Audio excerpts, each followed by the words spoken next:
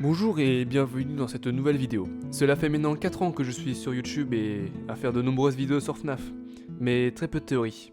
Bon, je dis 4 ans, en vrai ça fait 3 ans et demi, mais j'arrondis, bref. J'en ai publié seulement 5 sur peut-être 140 vidéos. C'est pourquoi vous avez cliqué sur cette vidéo. C'est pour regarder une 6ème vidéo théorie sur ma chaîne. Alors la théorie ne va pas répondre à un énorme mystère du Hard of FNAF, mais vous allez quand même apprendre quelque chose.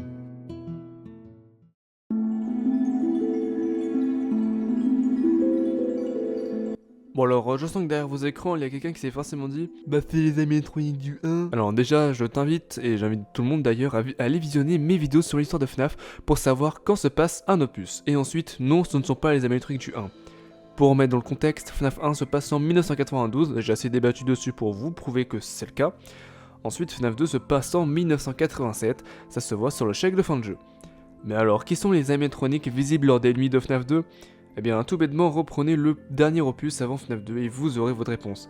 En effet, pour ceux qui ont suivi ma timeline actuelle de FNAF, vous aurez tout de suite compris que ce sont les animatroniques de FNAF 4. What?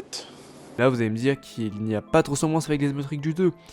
Vous avez en partie raison, mais je vais vous prouver par A plus B qu'en effet, ce sont bien les animatroniques du 4. Tout simplement, j'aimerais répondre par l'aspect de Nightmare Foxy.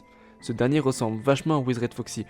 Mais si on prend des versions fixes de Foxy, vous allez vous dire qu'en effet, il y a ressemblance avec sa version Wizard.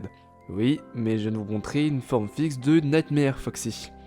Après, les versions du 4 sont des cauchemars, donc il est possible que l'Ocarina Child déforme les animatroniques, car je rappelle que sa phobie, c'est les robots, et on a tendance à un petit peu hyperboliser ses peurs, et rendre un petit peu plus cauchemardesque ses phobies. Donc déjà, on peut voir que les versions fixes des animatroniques peuvent ressembler à ceux présents dans le 2.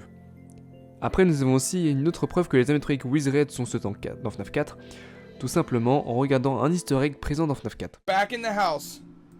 Be careful. Is he in the TV again? No.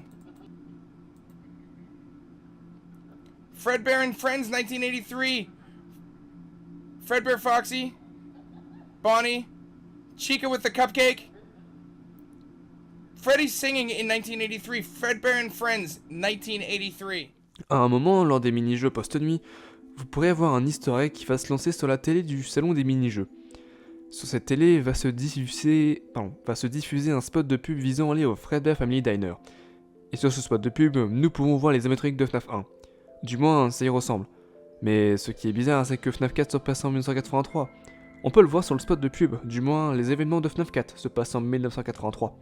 FNAF 2 se passe en 1987 et FNAF 1 en 1992. Ça ne peut donc pas être les animatroniques du 1, puisque le FNAF se passant après FNAF 4 et FNAF 2. Voilà, une petite théorie qui, comme je l'ai dit, ne résolve pas un énorme mystère de FNAF, mais c'est toujours intéressant de le noter. C'est tout pour moi, n'hésitez pas à vous abonner, activer la cloche de notification, à partager, à liker et à commenter si l'envie vous vient. Je pense faire un peu plus souvent ce genre de vidéos, de petites théories comme ça durant cette pause que je vais reprendre après ces vidéos. Je pense faire plus souvent ce genre de petites vidéos. Toujours sympa, c'est... Comme je l'ai dit, ce n'est pas un énorme mystère résolu, mais c'est toujours une petite anecdote, voilà, que vous pouvez partager à vos amis si l'envie vous vient. Salut à toutes et à tous, c'était FNAFTON.